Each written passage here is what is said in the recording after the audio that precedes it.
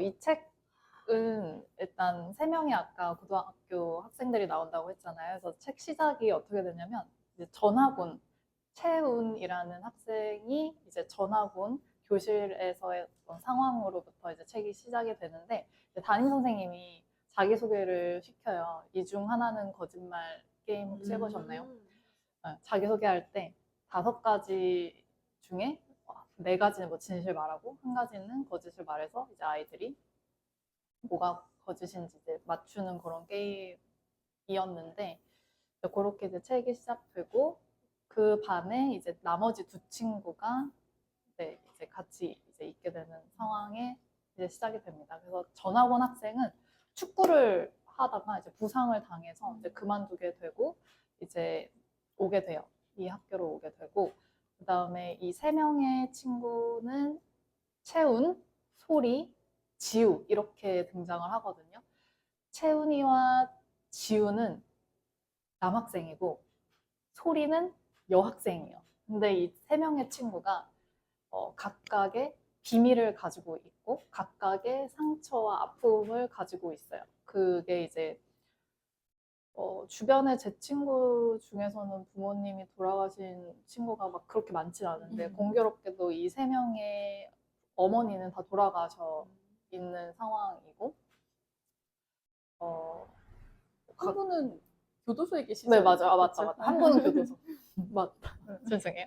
아무튼 그렇게 이제 시작이 돼서 각자 이제 친하지 않아요. 뭐 그 상처들로 인해서 뭐 이렇게 나타내는 표면적인 모습만 이제 교실에서 보이고 서로 이제 물리적인 접점은 많이 없는 상황에서 이제 살아가는데 그러면서 이제 한 학생 나오고 그 다음 학생 나오고 그 다음 학생 나오고 이런 식으로 계속 이제 책이 시점이 바뀌어서 소개가 돼서 처음에는 조금 헷갈렸어요. 이름도 이제 확 와닿지 않고 그러니까 근데 나중에 이제 좀 알고 나니까 잘 읽히고 좀 재밌게 됐었는데 어쨌든 간 각자가 갖고 있는 그 비밀들을 서로 이렇게 소리 없이 공유하면서 뭔가의 그 상처와 아픈 상황, 좀 힘든 상황에서 그런 것들로 인해서 서로 의지하며 뭔가 그 힘든 상황을 좀 버티는 그러면서 나중에 이게 좀 열린 결말이거든요. 그래서 나중에 이 친구들의 어떤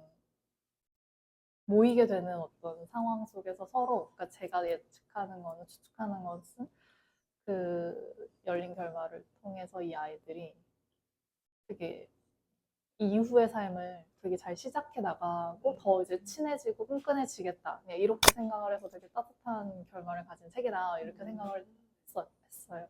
그래서 채훈이는 아까 부상을 당해서 왔다고 했고 지우는 도마뱀을 키웁니다.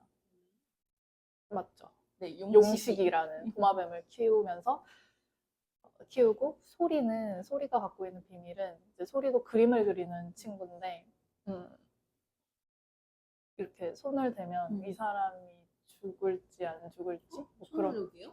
뭔가 약간 그런 식으로 네. 묘사하는데 근데 그러니까 뭐 죽음을 앞둔 사람을 알아볼 수 있는 그런 능력을 가졌어요, 소리가. 그래서 그 능력이 너무 본인도 싫고 뭐 부담스럽거나 뭐 무서울 수 있잖아요. 그래서 이제 펜을 잡으면 다른 사람들이 이렇게 손을 안 건드리니까 뭔가를 하고 있으면 그래서 이제 그림을 계속 그리거나 펜을 계속 잡고 뭔가를 하게 되었다고 해요.